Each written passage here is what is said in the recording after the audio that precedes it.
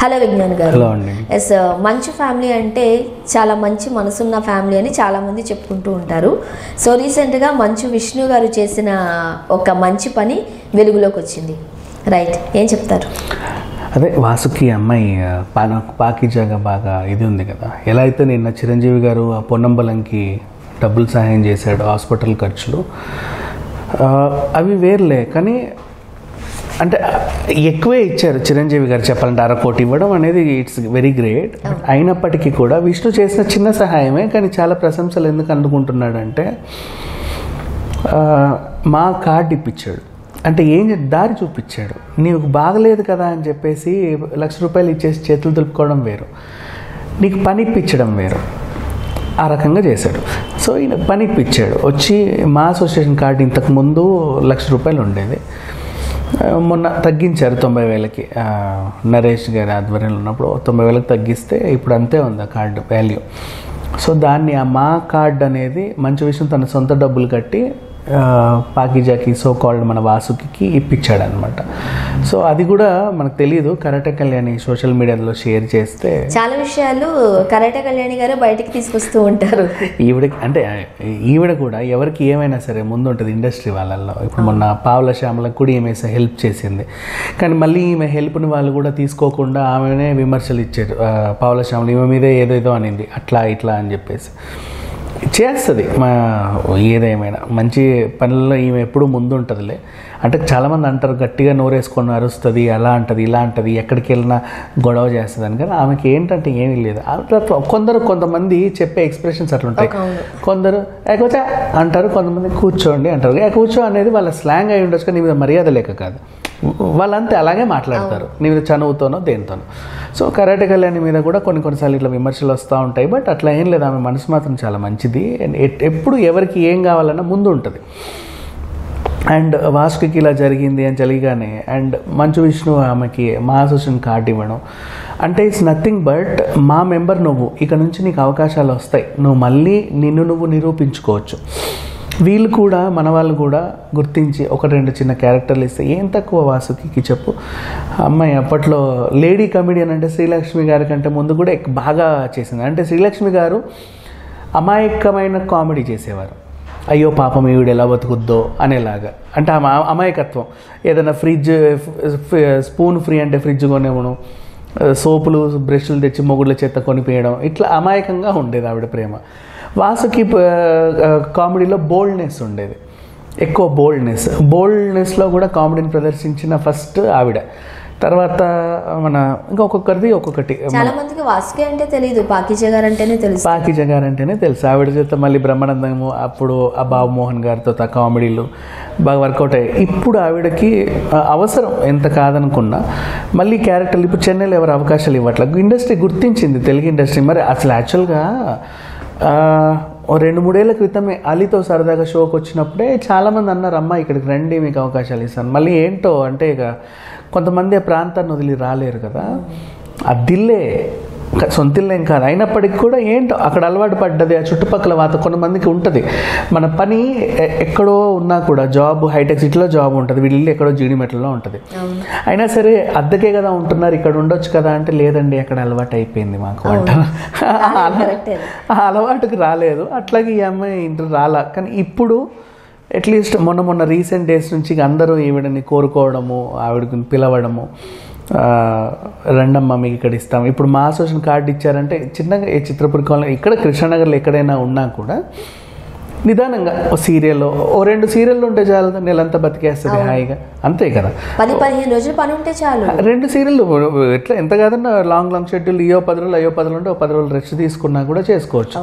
అడప సినిమాలలో కూడా చేసుకున్నా సరే ఈమెకి మంచి రెమ్యునరేషన్ ఇచ్చి మినిమం ఇవాళ రేపు ఆర్టిస్టులకి, ఇలాంటి ఆర్టిస్టులకి 10,000 5,000 ఈజీ. సీరియల్ అయితే ఒక 5,000, సినిమా అయితే 10,000 ఇస్తున్నారు.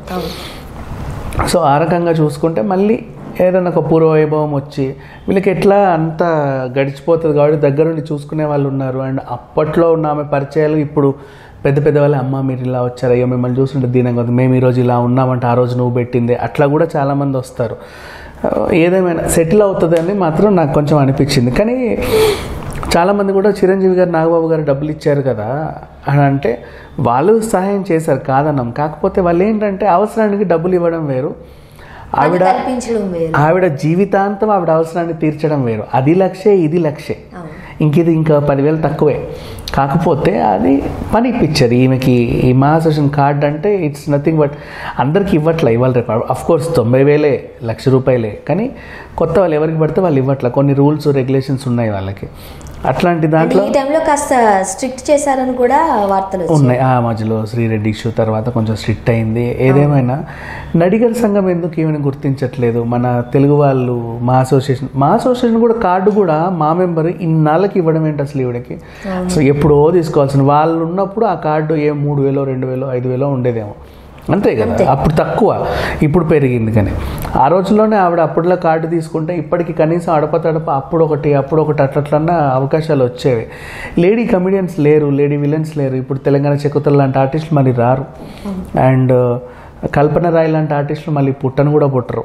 ఒక టైప్ ఆఫ్ బోల్డ్నెస్ ఉంటుంది, ఒక టైప్ ఆఫ్ కామెడీ ఉంటుంది. శ్రీలక్ష్మి లాంటి వాళ్ళు కూడా మళ్ళీ రారు. మనకి చాలా కాలం పడుతుంది కొంతమంది అట్లాంటి వాళ్ళు రావాలి అంటే.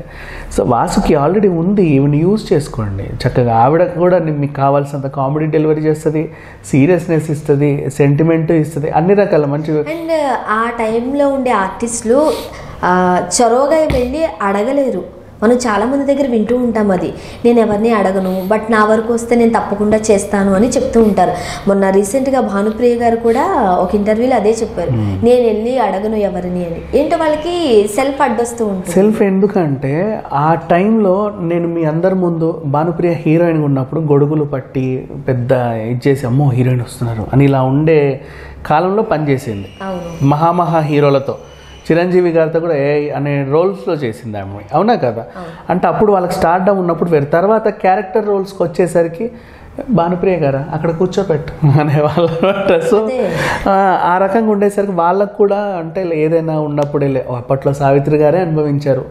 ఇంకా ఈ వీళ్ళైనా మారాలి. సీనియర్లు వచ్చినప్పుడు వాళ్ళకి నువ్వు ఏమి ఇవ్వకు, నువ్వు రెమ్యునరేషన్ కూడా ఇవ్వకు, తక్కువే ఇవ్వు, గౌరవం ఇవ్వు కనీసం. అట్లీస్ట్ ఆ సాటి చిన్న నటులకి నువ్వు పెద్ద హంగామా చేసేసి వీళ్ళని ఏరివిడ అక్కడ కూర్చుందని పిలవమంటారా అని అంటే అట్లా కాదు. హీరోయిన్ ముందు వాళ్ళందరినీ కూర్చోబెట్టాక హీరోయిన్ గారు మేడం మీరు రెడీయా, ఇది వేరు. ఈ బిల్డప్లన్నీ కూడా మనము కొత్త వాళ్ళకి ఇచ్చేసరికి పాత వాళ్ళు ఏంటంటే నిజంగా పనున్నా కూడా వాళ్ళు ఎలా అంటే మీ మనిషినే మీ ముందే ఎదిగా ఇప్పుడు ఇక్కడ ఉంటున్నా ఖాళీగా, తల్లి పాత్ర చెల్లి పాత్ర ఏదో పాత్ర ఉంటే నన్ను ఎందుకు పిలవరు మీరు, మీకు వీళ్ళందరూ ఎందుకు కావాలి, ఎక్కడి నుంచో తెచ్చి ఆమెకి ఇస్తున్నావు, నేను ఇక్కడే ఉన్నా. ఇకపోతే నువ్వు ఎక్కడి నుంచో తెచ్చిన ఆమెకి ఇక్కడ నీ సినిమా తర్వాత అభిమానులు వస్తారు. నాకు చిన్నప్పటి నుంచి అభిమానులు ఉన్నారు, నన్ను కోరుకునే వాళ్ళు ఇంతమంది ఉన్నారు, నీకు నేను ప్లేసా వాళ్ళు ప్లేసా అనేది వాళ్ళు నోటితో చెప్పరు, అడగలేరు కూడా. అట్లా ఉంటారు అంతే. వాసుకిని అట్లీస్ట్ మనోళ్ళు గుర్తించారు. ఆ విషయంలో నేను మంచు విష్ణుకి నిజంగా ఫిదా. అంటే చాలా మంది ఏదో అవసరానికి తగ్గట్టు కొన్ని డబ్బులు ఇచ్చేసి చేతులు దులుపుకోకుండా పని కల్పించారు. ఆ విషయంలో మాత్రం చాలా ప్రశంసలు అందుకు. వాసుకి కావాల్సింది అదే, 1,00,000 కాదు. నీ 1,00,000 కావాలంటే అప్పు చేసుకోదా? ఇప్పుడు ఆమెన్న లెవెల్కి ఆమెకున్న వాళ్ళకి 10 మంది ఆర్టిస్టులకు ఫోన్లు చేసి నాకు ఇట్లా ఉందండి 1,00,000 ఇవ్వన్నట్టు ఇవ్వరా? అడగరు. ఎందుకు అడగరు అంటే ఆత్మాభిమానం అడ్డొస్తుంది. వాళ్ళకి కావాల్సింది పని. ఆ పని నువ్వు ఇచ్చావంటే వాళ్ళు ఎవరిని అడగరు. మళ్ళీ వాళ్ళ జీవితం వాళ్ళు అనుభవిస్తూ గొప్ప తక్కువ అంటే ఇంతకుముందు బాగా వచ్చినప్పుడు వెండి పళ్ళెంలో తిని ఉండొచ్చు, ఇప్పుడు ప్లాస్టిక్ పళ్ళెంలోనే తిని ఉండొచ్చు, కానీ కడుపు నిండా తింటున్నారు, కడుపు నిండా ఉంటారు. అప్పుడు బంగ్లాల్లో ఉండొచ్చు, ఇప్పుడు చిన్న ఫ్లాట్లో ఉండొచ్చు. వాళ్ళ బతుకు వాళ్ళు బతికేస్తారు కదా. Thank you so much. Thank you.